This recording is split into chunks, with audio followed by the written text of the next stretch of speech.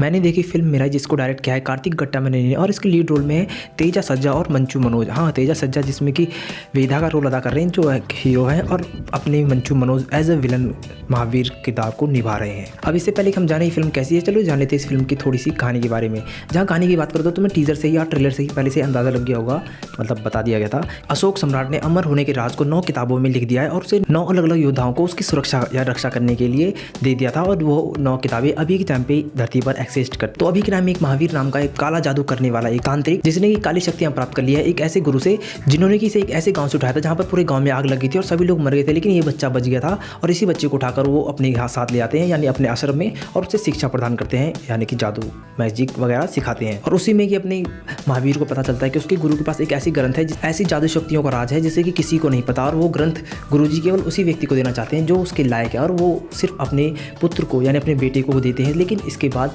उसको उसे देखकर आ जाती है जलन, और वो निकल पड़ता है उन सभी किताबों को प्राप्त करने के लिए, ताकि वो दुनिया का सबसे ताकतवर इंसान बन सके, मतलब एक तरह से बोले तो भगवान ही बन सके। जिसके लिए वो बहुत सारी काली शक्तियां सीखता है, और वहाँ पर काली शक्तियों के माध्यम से पूरे गाँव के लोगों को एक ऐसा तावीज़ मतलब कंगन देता है जो उन सभी को कंट्रोल कर सके, और वो उन सभी लोगों को ये बोल के देता है कि ये पिताजी ने दिया है, मतलब वो गुरु जिन्होंने कि उसे उस गांव से उठा के लाए थे, यह पिताजी ने दिया है। पूरे गांव को बांट देता है और पूरे गांव को कंट्रोल कर लेता है। कुछ इसी तरह की महावीर की कहानी है, और वहीं पर से वो अपनी पहली किताब हासिल करता है और वहाँ से निकल पड़ता है दुनिया को जीतने के लिए। और इसी के कारण अपने 9वें ग्रंथ के जो रक्षक होती है उसको पता चल जाता है इस बारे में कि वो एक महावीर नाम का योद्धा आने वाला है, जो कि इन सभी 9 किताबों को इकट्ठा कर उनकी शक्तियों को प्राप्त करके इस दुनिया पर राज करना चाहता है। जिसको बचाने के लिए 9वें ग्रंथ की जो रक्षक होती है वो अपने आप को उसके लिए अपने आप को बलिदान कर देती है उस ग्रंथ को बचाने के लिए, और उसके साथ साथ अपने बच्चे को भी त्याग देती है, जो कि सिर्फ छोटा सा ही होता है, और उसे एक शमशान घाट पे छोड़ देती है यमुना के तट पर, मतलब प्रयागराज में। लेकिन इसके साथ ही साथ वो ये भी बोल जाती है कि ये वही बच्चा होगा जो फ्यूचर में यानी अभी से 28 साल बाद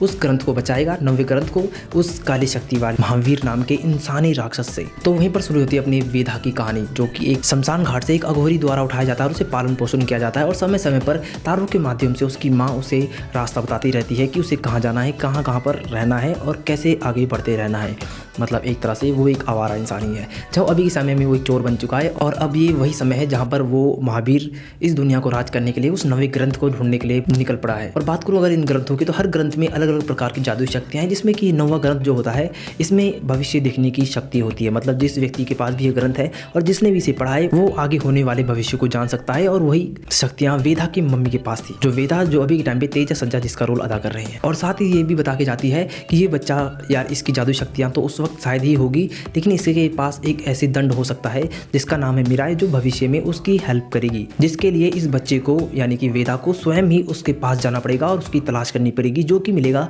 हिमालय में। अब क्योंकि 28 साल बाद वो गुरु यानी वो 9वीं रक्षक मर चुकी है, लेकिन उसने अपने गुरुकुल में बोल दिया था कि समय आने के बाद तुम्हें इसको ढूंढना, यानी उस लड़के वेदा को ढूंढना पड़ेगा, जो कि इस समय दुनिया को बचाएगा फ्यूचर में। तो गुरुकुल के माध्यम से एक लड़की को भेजा जाता है उसे ढूंढने के लिए, जो कि वेदा को ढूंढने के लिए निकल पड़ती है, और उसके पास भी जादुई शक्तियाँ होती है जो कि किसी का भी दिमाग पढ़ सकती है, और इसी के माध्यम से वो वेदा तक पहुंच जाती है और वेदा को मनाने लगती है कि वो दुनिया को बचाने के लिए उसकी सहायता करे या फिर उस 9वें ग्रंथ को सेफ रखे। लेकिन इस बात पर वेदा को यकीन नहीं होता है कि वो बचपन से ये अघोरी के साथ पला है और आगे बढ़ता रहा है, और उन्हें चोरी चकारी वगैरह करते करते अभी वो इस टाइम पर पहुंचा है जहाँ पर उसकी एक अलग औदा है, एक अलग लिहाज है। लेकिन वेदा इस बात को मानने से बिल्कुल भी इनकार कर देता है। तो लड़की उसे बताती है कि उसने जो भी चीज़ें की है वो सब भगवान के द्वारा उसके हाथों से किया गया एक पुण्य है, चाहे वो कोई भी चोरी हो, चाहे वो बस को लूटना या डाका डालना या किसी कार को लूटना, वो सभी चीज़ें उसके द्वारा भगवान के माध्यम से की गई लोगों की सहायता थी। यही बात प्रूफ करने के लिए उसके सामने लड़की एक चैलेंज रखती है कि तुम अभी के टाइम पे जो भी काम करोगी वो भी भगवान के द्वारा ही रचा गया होगा, कि तुम एक भला काम ही करोगी। तो इसके लिए वो प्रूव करने के लिए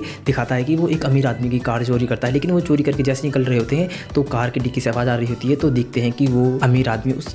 कार में 2 बच्चों को उठा के ले जा रहा था, मतलब किडनैप कर। तो इसी तरह से वेदा यकीन कर लेता है कि हाँ वही वो योद्धा है जो कि मिराई के माध्यम से 9वीं किताब की रक्षा करेगा और दुनिया को बचाएगा, और वहीं पर अपना वेदा ढूंढने के लिए निकल पड़ता है मिराई को। फिल्म की कहानी कुछ इसी तरह से, और वो अपना योद्धा मिराई को ढूंढता है और किस तरह से वो महावीर से दुनिया को बचाता है, तुम्हें ये चीज़ें फिल्म में देखने को मिलेगी। फिल्म की बात करूँ तो फिल्म काफ़ी बढ़िया है, शुरू से लेकर अंत तक तुम्हें बांधे रखती है। फिल्म के स्टोरी लाइन भी काफ़ी बढ़िया बनाई गई है, क्योंकि यह रामायण काल से जुड़ा गया है, श्री राम के उनके धनुष बाण से या उनके स्पर्श रूपी एक हथियार से जुड़ा गया है, जो कि सच में सुनने में काफ़ी बढ़िया लगता है। मतलब अगर गौर करूँ तो तेजा सज्जा ने इससे पहले हनुमान मूवी बनाई थी, उसमें भी उन्होंने हनुमान का किरदार ऐसा निभाने की कोशिश की थी, मतलब उसके अंश, हाँ, जो कि वो भी बढ़िया बनाई थी। और यहाँ पे उन्होंने काफ़ी काफ़ी अच्छा किरदार निभाया है। देखा जाए तो एक तरह से उन्होंने भी एक हनुमान का ही किरदार निभाया है, अगर तुम गौर करोगे तो।